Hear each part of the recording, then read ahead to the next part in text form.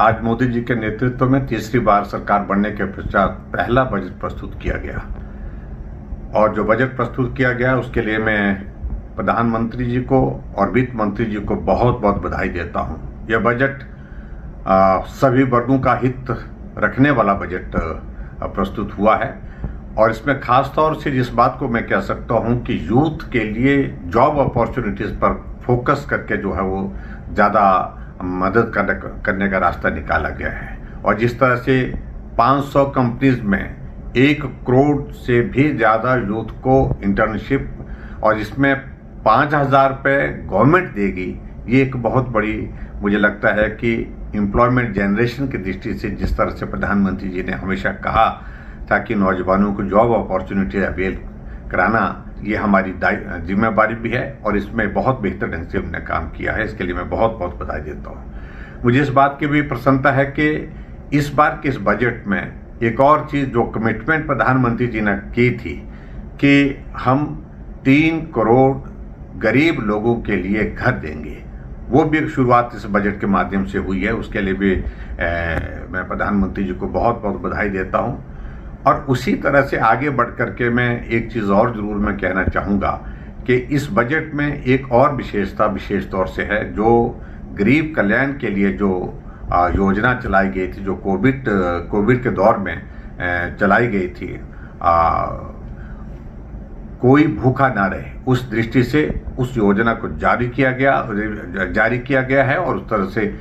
ये भी एक बहुत बड़ी बात उस बजट के प्रावधान में हम देख रहे हैं। और मैं इस बात को भी देख रहा हूं कि हिमाचल प्रदेश में जो नुकसान हुआ था पिछली बार बरसात के दौरान, उसमें हमेशा कांग्रेस के लोग शोर डालते रहे कि हमें कुछ नहीं मिला, यही शोर डालते रहे। अब की बार विशेष तौर से इस बजट में जिक्र हुआ है कि हिमाचल प्रदेश में जो नुकसान हुआ है, उस नुकसान के कारण जो इंफ्रास्ट्रक्चर जो है वो जो डैमेज हुआ है उसको रिस्टोर करने के लिए केंद्र से अलग अलग मदों में जो योजनाएं हैं उन योजनाओं में मदद मिलेगी, यानी कि हिमाचल प्रदेश को उस तरह से मदद मिलेगी ताकि गरीब लोगों के लिए और उसके साथ साथ में दूसरे जितने भी हमारे जो इंफ्रास्ट्रक्चर को जो डैमेजेस हुए हैं उसको रिस्टोर करने के लिए बहुत बड़ी मदद मिलेगी। इसके लिए भी मैं प्रधानमंत्री जी का बहुत आभारी हूँ। मैं इस बात को भी देख रहा हूँ कि एक और प्रोविज़न उसमें देखा मैंने कि 1.5 लाख करोड़ रुपए का प्रावधान जो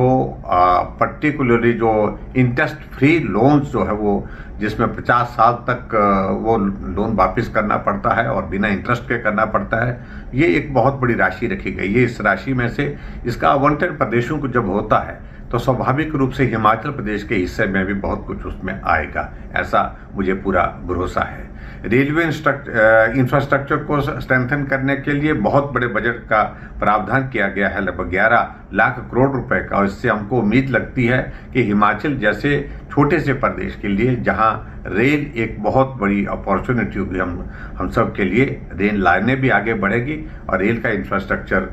भी मजबूत होगा पूरे देश भर में। ये भी एक बहुत बड़ी हमारे लिए एक बहुत बड़ी खुशी की बात है।